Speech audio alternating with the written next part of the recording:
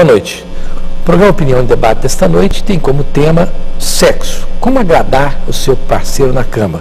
Nós vamos falar sobre mitos, tabus e tratamentos. Para discutir esse importante assunto, estão em nosso estúdio os seguintes profissionais. Dr. Paulo Tadeu, que é médico urologista.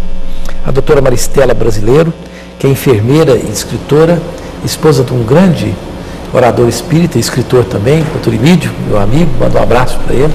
Pena que ele não pôde estar aqui, está dando aula, não é isso? O doutor Luiz Gonzaga Pinto, que é psicoterapeuta sexual, e a doutora Inês Cristina Pena, que é psicóloga e psicoterapeuta. Os nossos telefones para os telespectadores participarem são os seguintes: 3201-7688 e 3201-7708. Bom, eu vou começar aqui com a doutora Inês Cristina Pena, que é psicóloga e psicoterapeuta.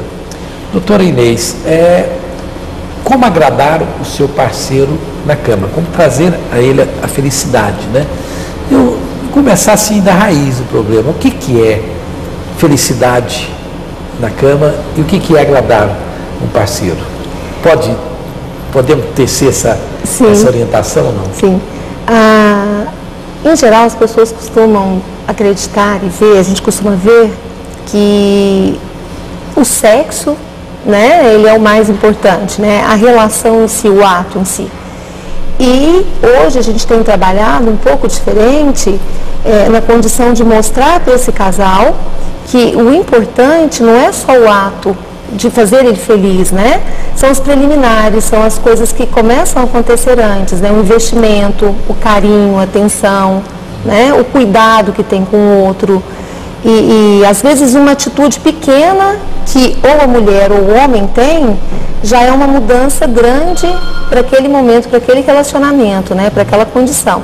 Então o ato sexual é importante, sim, mas as coisas que estão em volta ou um pouquinho antes são muito mais importantes do que esse ato em si.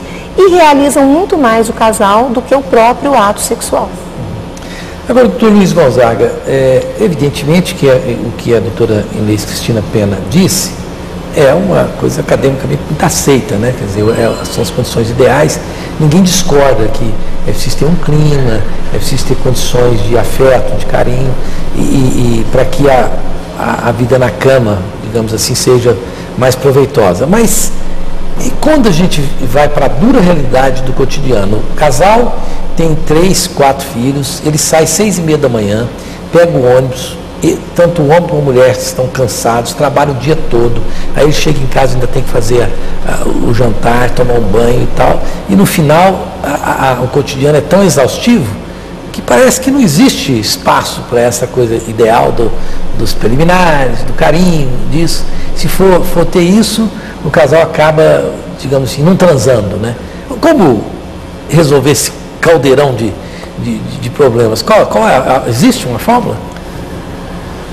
Roosevelt, eu costumo dizer o seguinte, que eu em 33 anos de formado, eu posso contar quantas pessoas eu atendi com problema sexual em si. Eu digo o seguinte, nós temos problemas muito comportamentais, nós temos muito problema de crenças que interferem, de sectarismo, você tem que seguir algumas normas, em tudo na vida, quer dizer, muita etiqueta para tudo, e isso é universal de certa forma.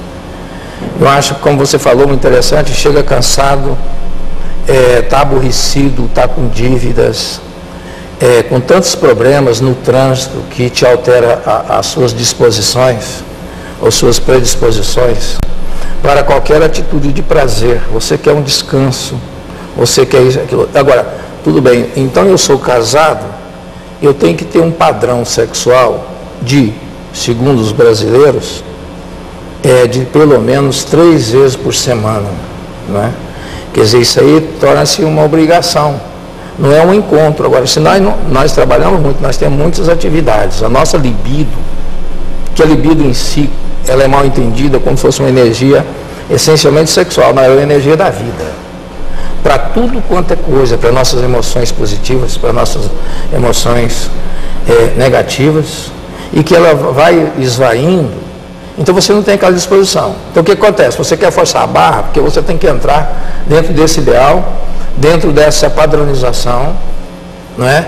E não tem aquela disposição existencial, aquela disposição ampla do afeto, da própria fisiologia, a própria endocrinologia nossa, ela está comprometida com tudo isso. Então, é tudo errado. Quando eu vou fazer uma psicoterapia, por exemplo, eu falo para as pessoas, olha, a nossa referência é aquilo que você trouxe como uma dificuldade, como um transtorno, como um problema, como uma doença, sei lá o que como você traz. Aqui é você aprender a ter um relacionamento sexual como uma coisa lúdica dentro de uma condição especial, como se a cama fosse um parque de diversão, como se essas duas pessoas fossem duas crianças ingênuas brincando uma com a outra, como qualquer criança faz, independentemente daquele foco particular da penetração, porque se não houver penetração, não houver orgasmo, não fechar o ciclo da fisiologia sexual, então tem problema. E isso aí é a razão maior de todas as disfunções sexuais que existem. Porque eu já tive casos, por exemplo, o doutor Tadeu com certeza já, de pessoas que têm de fato uma disfunção por acidente, por alguma doença que compromete a vascularização, compromete a inervação, que realmente impossibilita mecanicamente a pessoa de ter aquele sexo. E as pessoas têm um relacionamento excelente sexual. Já tive casos de pessoas paraplégicas que tinham no nível da lesão da medula, impossibilidade mesmo de ter ereção, e a parceira dele dizer o seguinte: o melhor homem que eu já encontrei na minha vida até hoje, não troco ele por ninguém. A doutora brasileiro, grande escritora, como equacionar hoje a mulher na sua condição de demanda sexual, considerando que as mulheres têm dupla jornada de trabalho, a elas é pedido muito mais do que os homens, e ainda assim ela precisa ser aquela mulher magra, bonita, estilo Gisele Bündchen, né? E me parece que essa mulher moderna de hoje, ela realmente sofre mais os dissabores sexuais do que a mulher que era apenas dona de casa há poucas décadas atrás, ou não tem nada a ver? Não, Rosenval, a notícia é boa. As mulheres hoje estão mais realizadas sexualmente do que as de outras gerações, em alguns aspectos. Talvez na questão da maternidade nem tanto, mas na questão da sexualidade, hoje a mulher ela tem um pouco mais de liberdade, inclusive de expressar a sua sexualidade para o seu companheiro. A questão dessa sexualidade da mulher hoje é que ela entende que é possível viver essa sexualidade de maneira ampla em várias etapas. Então, se antes ela aguardava a maternidade para se realizar, hoje ela não aguarda mais. Hoje ela consegue ter essa realização, e é possível dizer que hoje é exigido da mulher um comportamento diferente e do homem também. Ambos sofrem. Porque o homem hoje precisa fazer o que era uma característica feminina, que é fazer muitas coisas ao mesmo tempo, e o homem tem adoecido em função disso. E a mulher tem que lidar com verdadeiros exércitos e lideranças, características que organicamente ela não tinha. Então os dois estão sofrendo. Mas o interessante da questão sexual, que a doutora falou, dessas preliminares, é que hoje os dois chegam cansados em casa.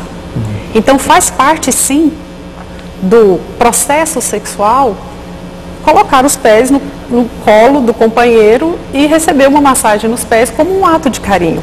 Aí começa. Então não significa necessariamente que somente o ato sexual marcará a vida sexual dos dois. Por isso que é importante saber exatamente o que eu quero da vida sexual. Então os dois podem estar cansados, os dois podem estar sobrecarregados, mas ainda assim é possível ter essa satisfação, talvez não em quantidade, mas em qualidade. Que é exigido da mulher hoje os 5 Cs, né, para ser uma boa companheira. Ela precisa ser boa de cama, de cozinha, saber gerenciar aí, né, de casa, né, ainda ela assume a gerência de casa, boa de conversa, ela precisa ter bastante diálogo, e acrescentou um aí, tem que ser boa de caixa, Então ela tem ainda que ser independente financeiramente. Se ela tiver caixa, melhorou bem.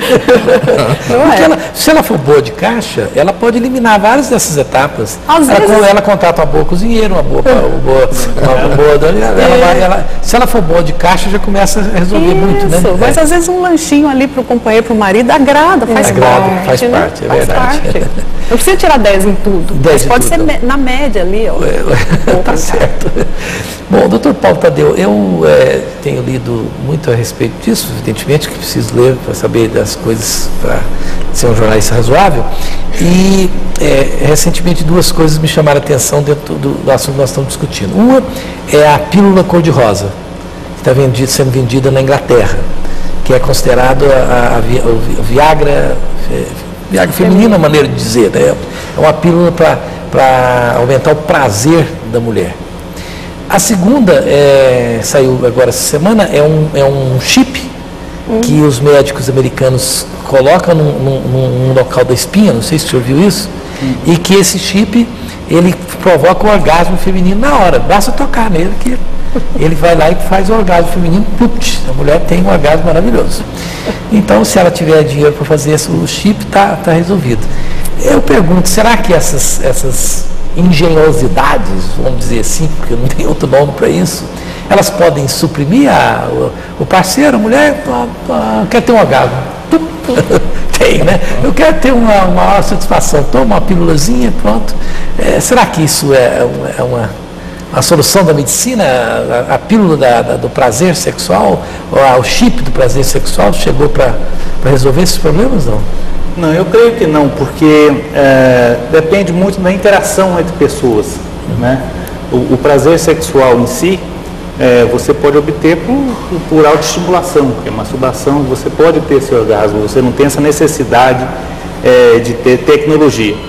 Lógico que nós hoje somos frutos de muita tecnologia que está vindo hoje em dia, nós temos nos adaptado, nós temos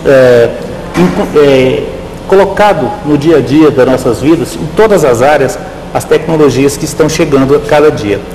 Pode ser que tem mulheres que necessitam de tratamentos específicos, que podem melhorar o prazer, mas o orgasmo em si, como já se foi dito aqui, ele é apenas um dos pontos da sexualidade, quer dizer, nós todos somos muito focados no orgasmo em si, só que começa antes, quer dizer, uma relação que vai ter sucesso de madrugada, ela começa de manhã cedo, com o seu parceiro, você tem um prazer muito melhor, porque o ato físico em si, ele é apenas um dos momentos, é o que nos diferencia dos animais, exatamente essa interação. Ok, nós vamos para um breve intervalo comercial, deu para o telespectador perceber que nós temos pessoas muito bem habilitadas aqui nesse assunto, e as perguntas já estão chegando, nós voltamos já já.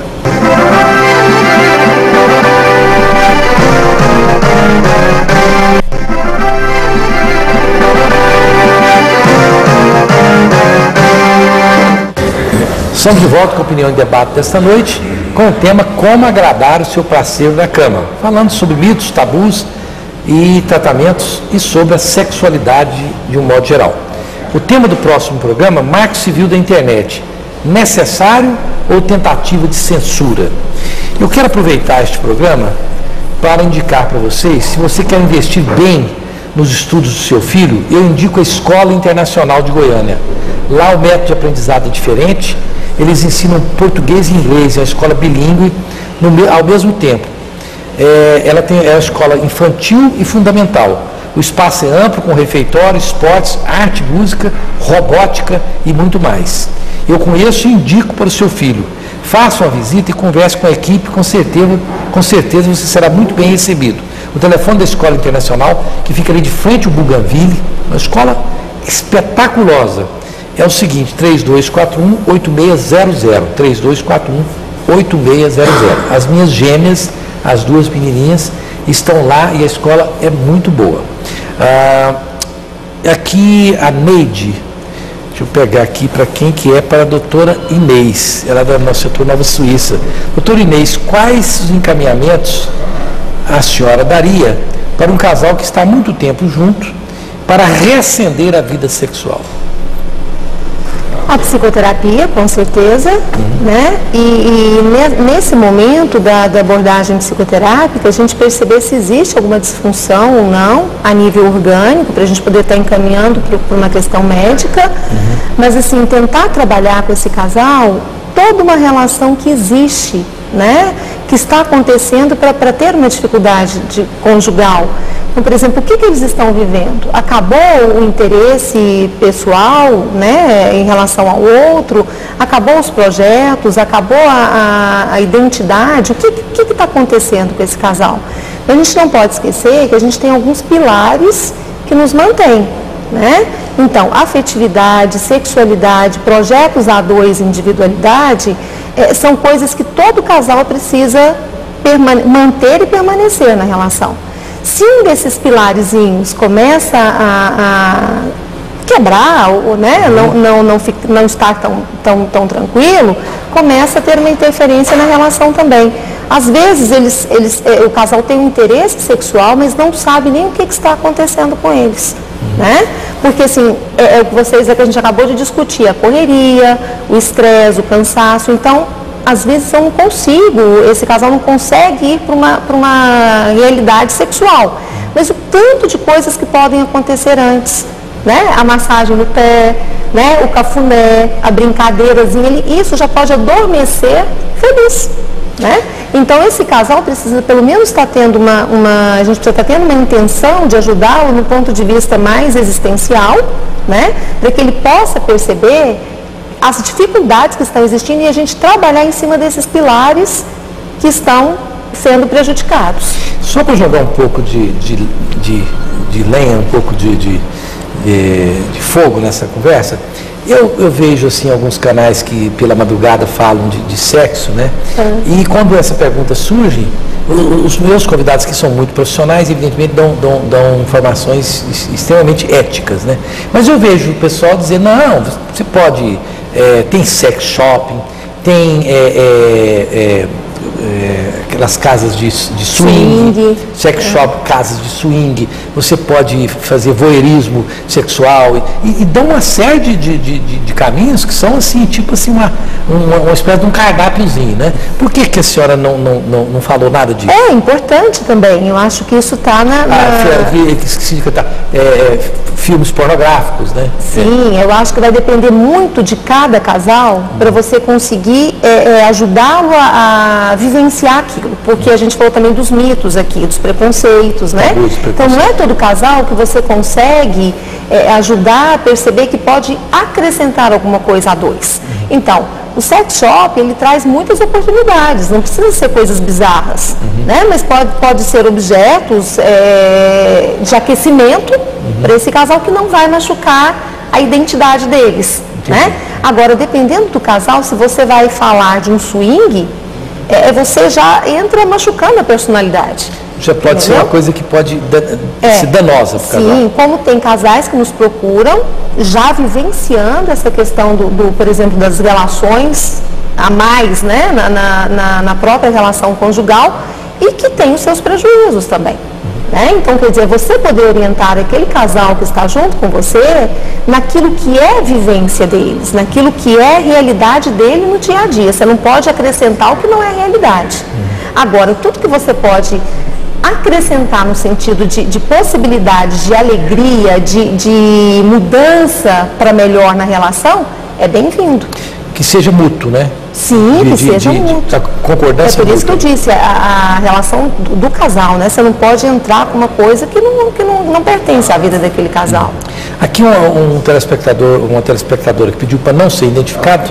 Nessa área, a maioria, muitos preferem não se identificar, né? Pergunta aqui para o Dr. Luiz Gonzaga é o seguinte: em relação ao sexo oral entre o casal e anal, a mulher faz por prazer ou somente para satisfazer o parceiro? Pode ter prazer nessa? Pode ter, sim.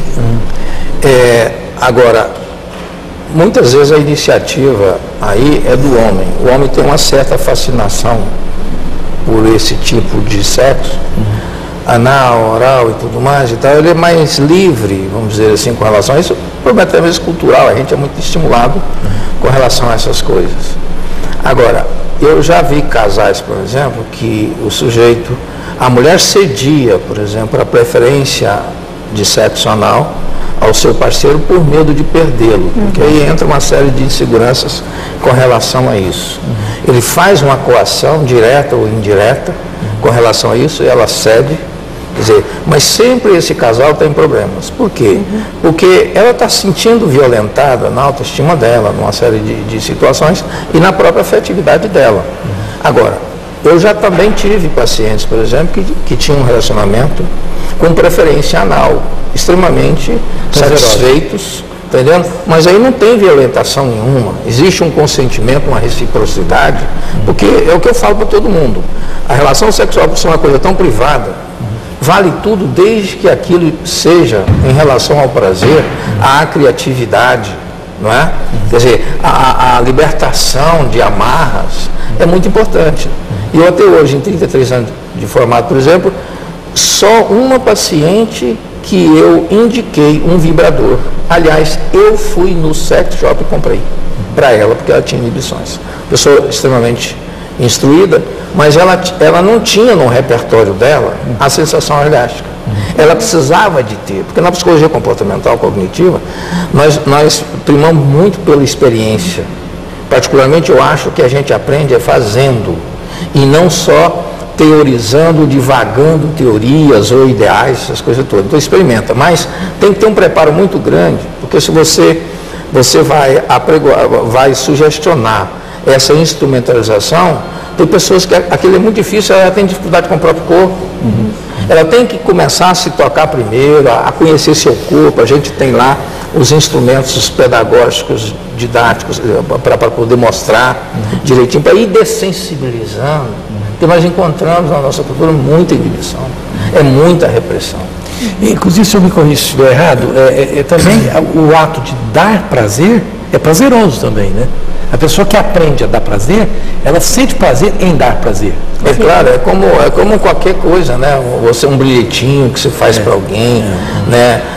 Uma mensagem de carinho, né? Quer dizer, uma florzinha, alguma coisa muito gostosa. Né? Aqui, outra pessoa pediu para não ser identificada, pergunta para a doutora Maricilei Brasileiro, em relação à ereção, se com o passar do tempo compromete pelo tamanho do órgão sexual. Se a ereção é comprometida... Se eu entendi, é o seguinte, o homem que tem o pênis muito grande, com a passar da idade, o tamanho do pênis sendo grande, ele muito avantajado, isso compromete a ereção? Não, a ereção ela não está relacionada ao tamanho do órgão. E, inclusive, em relação ao tamanho do órgão, é preciso que... Eu estava falando da questão do conhecimento do próprio corpo, o ponto G da mulher fica na entrada do canal vaginal. Então, de certa forma, o tamanho pode ou não ter interferência, dependendo do aspecto psicológico. Aqui, inclusive, tem outra pessoa que perguntou isso. Tem homens que têm um órgão sexual maior, mais largo, o que faz a mulher sentir mais prazer. O que faz a mulher sentir mais prazer? A maneira de fazer ou a penetração do órgão masculino? Então, aí fica a pergunta, o tamanho do órgão importa ou não? Porque eu já vejo... Depende da mulher, do tamanho do canal da mulher. Se a mulher tem um canal um pouco mais estreito e o pênis do homem é mais estreito, então pronto. Depende do encaixe entre eles. Depende da estimulação do clitóris, de encontrar o ponto G, da adequada lubrificação. Então, essa questão do tamanho do órgão, ela já foi um problema sério no passado. E sem falar que hoje já existem inúmeras tecnologias que podem ajudar a resolver esses problemas. Pois não, doutor Paulo. E na verdade não influencia, porque se imagina que tem que ter mais irrigação, maior irrigação, e teria, quanto maior o órgão, seria mais facilidade de perder. Não, porque o problema não está... esse paciente que tem esse pênis maior, ele já é preparado para isso, então isso não influencia. Não. Quer dizer, não tem... vou falar uma coisa aqui que não tem nada a ver, mas apenas para entender. Por exemplo, uma mulher que tem bastante bumbum, ela com o tempo, para ela segurar aquele bumbum, ela tem mais dificuldade do que uma mulher que tem um bumbum menor. sob o ponto de vista de musculatura, vamos dizer assim, né? Mas o homem não é a mesma coisa? Não, o pênis não. O pênis não tem... Não, porque o pênis não tem gordura. E a pele não tem um subcutâneo igual tem em outras regiões. É um pouco Tanto é esponjoso. por isso, por isso que a pele ela é deslizante. Justamente por isso. Então, você não tem tecido. Então, isso não interfere.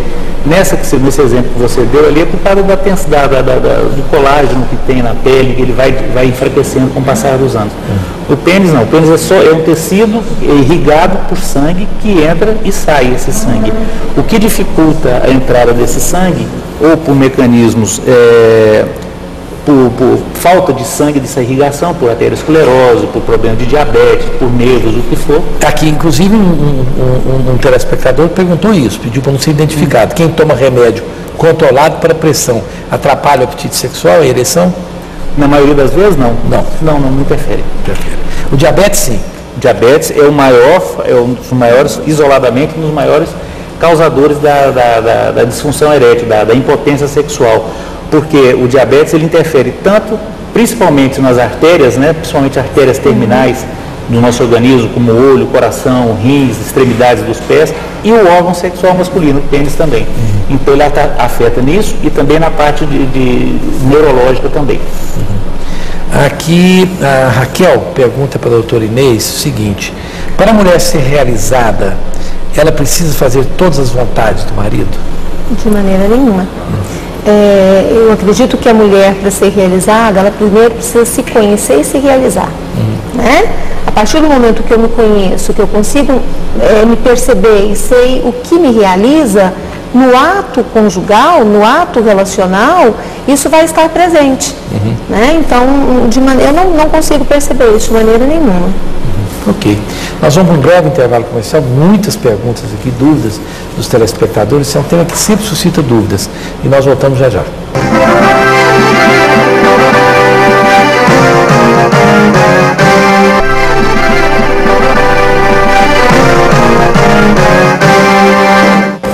Estamos de volta com o Opinião em Debate esta noite, com o tema Como Agradar o Seu Parceiro na Cama, falando sobre sexualidade, mitos, tabus e tratamentos. O tema do próximo programa, Marco Civil da Internet, necessário ou tentativa de censura. Eu quero indicar para vocês, nós que estamos tendo problema com eletricidade, isso vai piorar no Brasil, a conta de luz vai ficar mais cara. Você pense em ser independente de eletricidade, captando energia solar para lâmpada, para equipamento, para tudo que você quiser na sua casa. Você pode ligar para a Sustenergim, é uma empresa de Goiânia muito séria nessa área de energia solar. O telefone da Sustenergim é o 3607-3531. Você fala com a Vanusa Saraiva. 3607-3531, é uma empresa muito séria na área de energia solar. Aqui muitas perguntas mesmo. A Maria, do setor aeroporto, pergunta aqui para o Dr. Paulo Tadeu: se é normal o homem ter orgasmo assim que encosta na mulher? Ou é uma doença ou tem tratamento? Isso é ejaculação rápida, ejaculação precoce, que é um distúrbio, né, que tem fator de origem psicogênica, que tem fator também de origem pode ser orgânica também, por alteração de substâncias que tem no cérebro. Então, essa ejaculação rápida acaba sendo transtorno para o casal, porque a mulher para de ter o orgasmo dela e a mulher acaba sendo apenas participante por prazer do homem.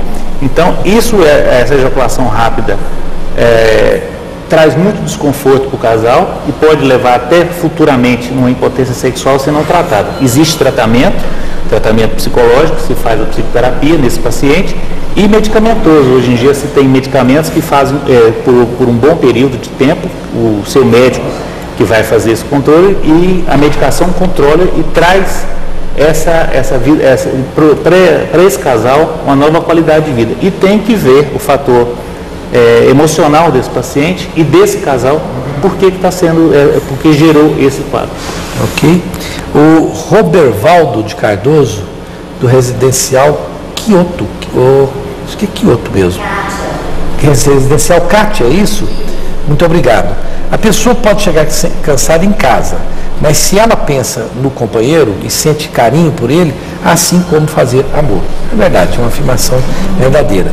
A Ângela, do setor Bueno, pergunta aqui para a doutora Marisley Brasileiro, o ponto G é real ou é mais uma invenção para iludir a mulher?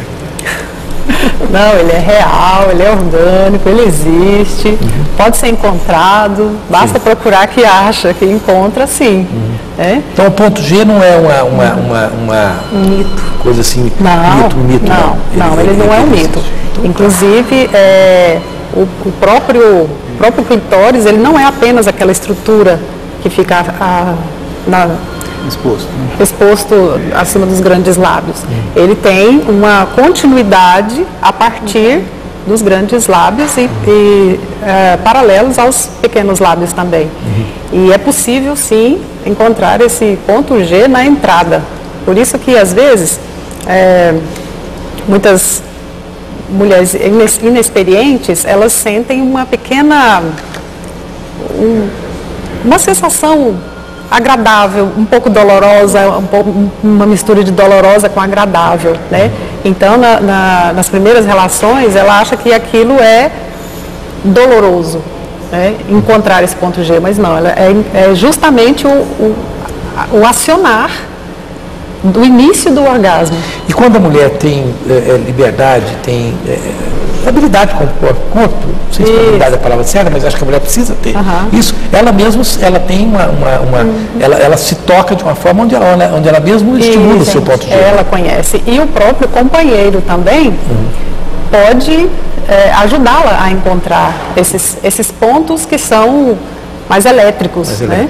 E me parece, doutor Paulo Tadeu, que o princípio dessa pílula inglesa, que é chamada de pílula cor-de-rosa, né, é uma irrigação mais, digamos assim, com mais substância, aumenta a irrigação justamente ali no ponto G, né? Isso.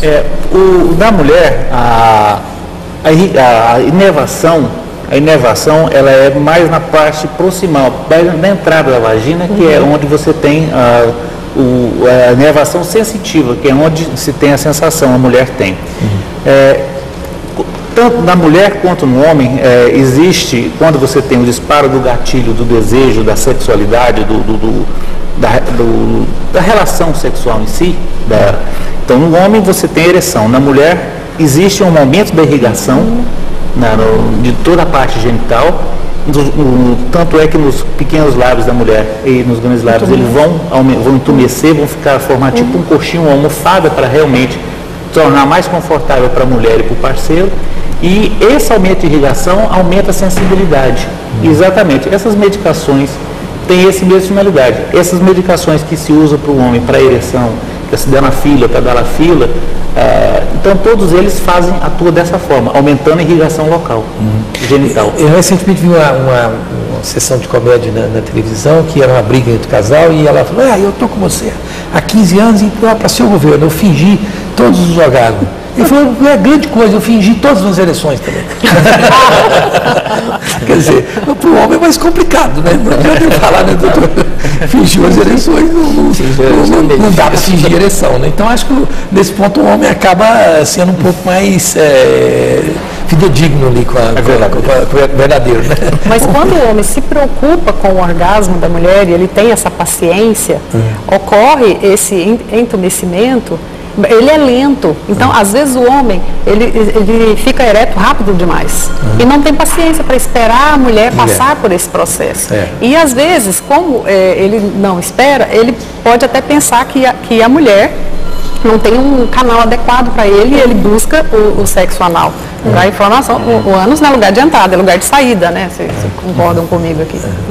E então, se ele tem essa paciência, se ele procura fazê-la feliz também, ocorre todo esse processo completo e assim há o orgasmo feminino, inclusive com até grande formação de fluidos lubrificantes ali, que seria quase que uma ejaculação feminina. Aqui rapidamente um ouvinte pediu para falar com a doutora Marisley Brasileiro o seguinte, em relação ao ponto G, a mulher sente prazer na entrada do órgão, né, como vocês todos falaram. Porque às vezes então a mulher pede para colocar tudo. É prazer ou fantasia? Não, é porque a cópula completa forma também um prazer quando a glande toca o colo do útero. E tem a penetração também, né? Exato. Né? Aqui, o Hélio Silva, não tem o setor, pergunta para o doutor Luiz Gonzaga o seguinte: como uma mulher de 19 anos, na flor da idade, com 19 anos, pode não sentir prazer? Bom, isso aí não depende de idade para a mulher não sentir prazer. Então, isso aí, existe tantas causas para isso, que é difícil você generalizar. É coisa demais, às vezes violentação na infância, às vezes repressão demais da conta, fatores religiosos inibidores, quer dizer, falta de conhecimento, crenças errôneas. São tantas coisas, não tem nada a ver com idade. Às vezes até ansiedade, porque tem pessoas, né? a ansiedade sempre está presente em tudo, tá? Mesmo na satisfação existe ansiedade. Não é bem assim, a ansiedade que defraga, não, a ansiedade é defragada às vezes por pensamento, por crenças, alguma coisa. Então, ela responde autenticamente, tá entendendo? Então ela faz parte de um contexto. Então, nesse caso aí, é melhor que ela procure uma psicoterapia nesse sentido, para avaliar bem. Às vezes você, durante uma psicoterapia, não precisa ser especificamente sexual, a pessoa já tem respostas, às vezes, muito favoráveis com relação a essas desinibições. Às vezes é uma inibição muito forte, agora a causa é muito difícil, assim, a gente generalizar, porque não existe, assim, dessa forma. Bom, o André, da cidade de Silvânia, um abraço para meus telespectadores de Silvânia. Gostaria de saber da doutora Inês Cristina, psicóloga, eu gostaria de saber da doutora Inês, que é psicóloga, porque eu não consigo fazer sexo com camisinha. É uma questão de mito também, né? Diante da realidade que a gente vive hoje, em função de toda uma prevenção, seria o ideal a pessoa estar usando a camisinha, né? Saudável e cautelar em relação ao companheiro ou à companheira, né? Agora, não conseguir, eu acho também que é um fator mito, porque assim, como que não pode conseguir usar uma camisinha e eu acho que a pessoa precisa trabalhar isso melhor. Trabalhar psicologicamente. Precisa trabalhar isso. Eu posso explicar? Pois não, doutor. O que é muito comum, porque eu escuto muito isso na clínica. Quer dizer, a interrupção do ato sexual, entendendo, para colocar a camisinha, muitas vezes, ainda vai procurar a camisinha, não sabe onde deixou. E complica, né? Ou mesmo, deixa agora, né? se faz parte do ritual, sem essa interrupção, a mesma coisa que você está transando ali, de repente toca o telefone, é questão de segundos. Você vai lá, ou levanta por alguma razão, quando você volta, houve uma interrupção. É possível isso acontecer para algumas pessoas, não. Entendendo? De qualquer maneira, homem nenhum gosta de camisinha, eu particularmente não gosto. É melhor você ter uma parceira confiável e ser confiável também. Agora, se a questão de necessidade, aí já falta educação sexual, já vem outros critérios, né? Pois não, doutor Paulo Tadeu. O que a gente vê na prática de consultório médico é que muitos desses pacientes são pacientes que eles vão ou por uma aventura ou tem um relacionamento fixo, perde esse relacionamento, tem novas aventuras, ou um paciente de mais idade que não é acostumado a ter essa vida sexual com preservativo, ele troca de parceira e vai ter isso. Então muitas vezes isso acontece, essa dificuldade, essa não adaptação, né, ao preservativo. Perfeitamente. Bom, aqui a Silvia também, aqui o Carlos pergunta também para o doutor Paulo Tadeu. Tem como aumentar o pênis? Por exemplo, um pênis de 13 centímetros passar para 17 centímetros? É possível, mas não há necessidade. Porque existem estudos estatísticos que nós consideramos pênis pequeno abaixo de 9 centímetros em ereção. A média de pênis brasileiro, já tem estudos, em torno de 12,4 centímetros. Pode ser um pouco menos, até 12 a 15 centímetros. Então, o paciente ganhando 2 centímetros, ele não vai ter grande vantagem, porque não é só o tamanho, por exemplo, a vagina da mulher tem em torno de 9 a 12 centímetros de profundidade. Com a excitação, o colo do útero sobe um pouquinho, aumenta um pouco. Agora, tamanho de pênis, isso que a mulher dizem que a mulher prefere isso, aquilo, isso é preferência. Não, estatisticamente isso não tem valor. Então existem cirurgias que podem fazer, mas são cirurgias que dão grandes consequências e não vai ficar normalmente como o paciente pensa que vai ficar. Então, porque você perde o pênis, normalmente ele não fica ereto para cima. Você, quando corta os nervos, os ligamentos, ele pode ficar com ereção, mais com a ereção para baixo o pênis. Então, isso aí influencia muito negativamente o paciente, mas é possível. Eu tenho um amigo meu, radialista, que ele brinca e fala: eu acho um absurdo esses filmes pornô que tem 30 centímetros de pênis. Eu tenho 26, já acho muito. Ele fala que a propaganda é a alma do negócio, né? Então, essa área da sexualidade sempre há brincadeiras, né? Sim. E eu até entendo que é melhor, o doutor Luiz Gonzaga fala muito isso, que é preciso também ter, assim, levar isso um pouco mais mais leve do que levar assim muito seriamente, porque senão fica uma coisa muito de engenharia, de mecânica. Exatamente. Né? Aqui a Roberta, do Parque das Laranjeiras, pergunta para a doutora Inês o seguinte: eu tenho desejo em excesso, não consigo nem acreditar que existem mulheres que não têm orgasmo.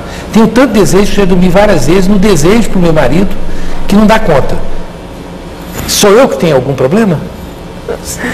Ela acabou de colocar, né, que ela nem acredita que ela tem esse tanto, que tem mulheres que nem conseguem ter, todas as mulheres têm, né?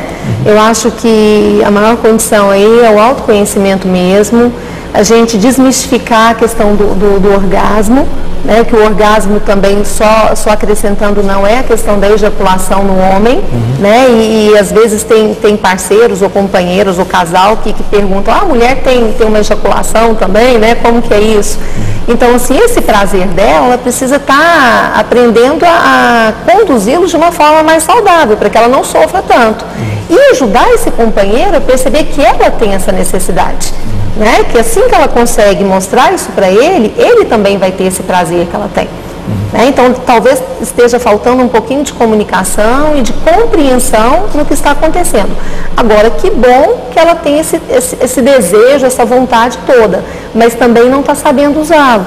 Né? Isso vai trazendo frustração, angústia, porque ela não consegue canalizar esse desejo, esse prazer, porque o companheiro não dá conta, o companheiro dá conta. Né? É uma questão de saber administrar como fazer isso daí, como lidar, como viver essa situação. Bom, nós vamos para um breve intervalo comercial. Estou tentando aqui separar as perguntas, ver se tem algumas que são mais comuns para ajudar a responder os telespectadores. Nós voltamos já já.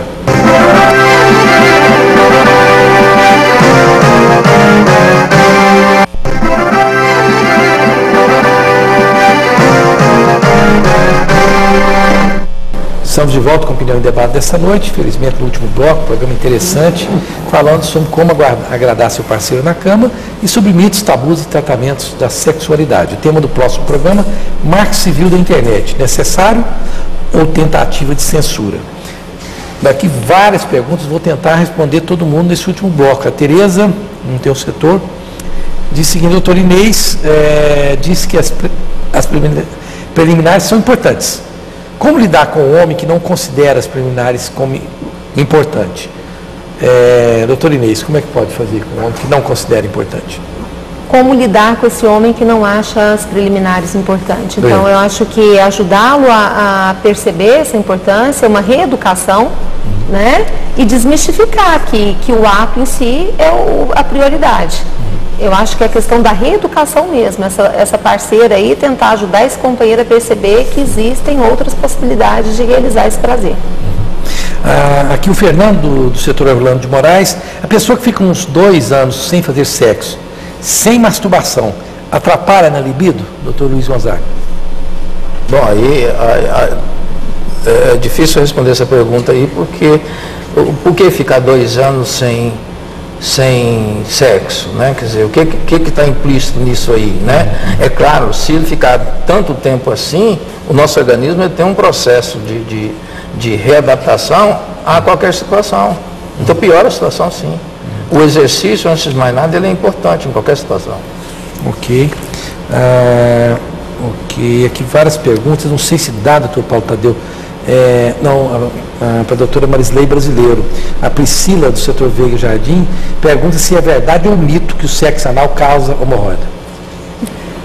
Olha, eu repito, o ânus é o lugar de saída, não é o lugar de entrada. Não tem lubrificação adequada, é uma musculatura muito mais inflexível e provoca, assim, já tive a oportunidade de acompanhar vários pacientes com hemorroidas em função de relação sexual anal. Anal. E se com a lubrificação adequada e a parceira querendo, pode ser que ele pode, eu acredito que ele pode piorar.